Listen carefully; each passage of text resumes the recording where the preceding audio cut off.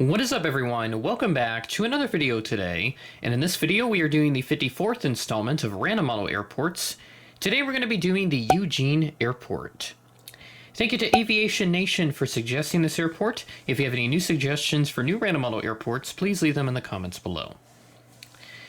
Our first time heading to Oregon in this series, a bit surprising considering I've done plenty of west airports on the west side of the US and some on the west coast especially, but I've not touched Oregon yet until today.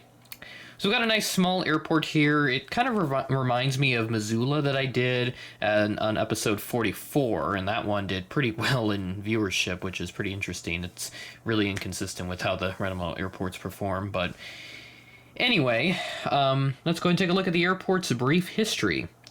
So this opened up as Milan Sweet Field in 1943, which replaced the Eugene Air Park, the original airfield for the area that operated from 1919 to around 1956. So it still operated for a few years after the fact.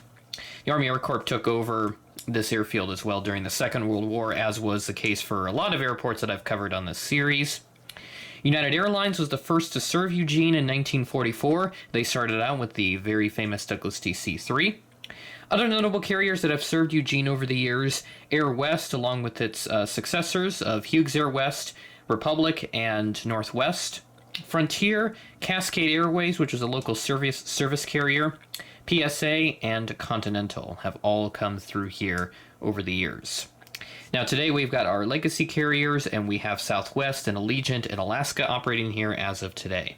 A couple new services for Eugene as well. Austin on Allegiant will begin on May 31st, and then Southwest will begin service to Sacramento on June 4th. Pretty cool stuff there for those respective airlines. Without further ado, we'll go ahead and get started. We'll check out our A gates over here, and then we'll check out the 2B gates over there with our Alaska aircraft.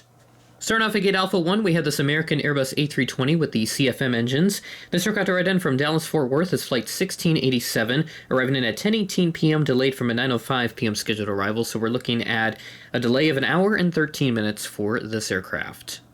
Next to that, at Gate A2, we have the very lovely Delta Connection Embraer 175 with the enhanced winglets, coming in from Seattle as a SkyWest operated flight, Flight 4149. This arrived in at 10:18 a.m. ahead of a scheduled 10:34 a.m. arrival. All the flights in this airport update, with one exception, are from Friday, April 26th. Now, how's this for a special treat in Eugene? The United A320 Friendship aircraft. Picked up this model at Airliners International in Chicago a couple of years ago, and then literally the next day after I got it, I saw the thing flying over where I was, so I thought that was pretty cool. This is the first time that it's getting used for its intended purpose, as to be the special livery instead of it being A320 substitute. Gemini or NG, or somebody else for that matter, please do a 320 Evo Blue. We've been waiting on it for several years now, and quite frankly, that's too long of a wait for something that's been fairly new now. But this aircraft arrived in from Denver as Flight 1303. Flight Radar shows a weird, duplicate flight with an 8000 series numbers. It does that sometimes, especially in Sioux Falls.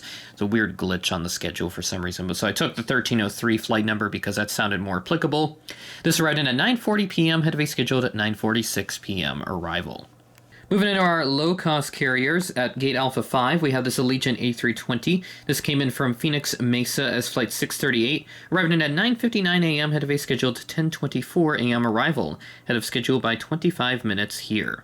Over at Gate A6, we have the Southwest 737-700, coming in from Denver as Flight 1943. This arrived in at 10:55 p.m., delayed from a 10:45 p.m. scheduled arrival, so only behind by 10 minutes. You'll notice that there is one more aircraft over here, so we'll go ahead and take a look at that. This nice little CRJ-700, which is parked over here for some reason. Now, Flight Radar showed its last position a little closer to A6, but obviously since Southwest is occupying that gate here, I decided to put it at this empty gate, if you will. I don't think this is A7, but I'll just call it in a hard stand just to be safe. But this CRJ-700 came in from Phoenix Sky Harbor as Flight 3191. This arrived in at 7:19 p.m. ahead of a scheduled 7:27 p.m. arrival. That's all the aircraft we have here at the A gates. We'll check out the B gates, where we've got a pair of Alaska Embraer 175s. Here's our first Alaska 175, this one wearing the regular livery. This came in from Los Angeles as Flight 2086 at 12:27 p.m. ahead of a scheduled 12:29 p.m. arrival. And then right next to that, we've got another special livery. Now, I cheated a little bit and pulled a prior flight schedule out to try and get another special livery in, because obviously one wasn't enough with the A320 Friendship over there, the Stars and Bars aircraft.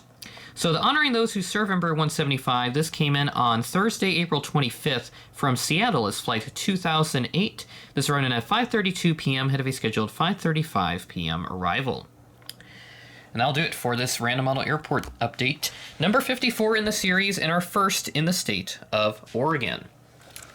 Thank you to Aviation Nation for suggesting this airport. Again, any new suggestions that you have, please leave them in the comments. I'm continuing to dig through them and just kind of alternating between doing some newer suggestions and older suggestions, just trying to get a nice balance in there so that we can get a good variety in this series, if you will. Kind of mixing it up between some of the smaller airports, which is what this series started with, and some bigger airports, which has been my goal here with this series. I do need to build up that international fleet, and that's going to be my goal when I head to Kansas City for the Big Airliners International Convention later this summer. So with that being said, that is the end of the video. Thanks for watching, and I will catch you in the next video.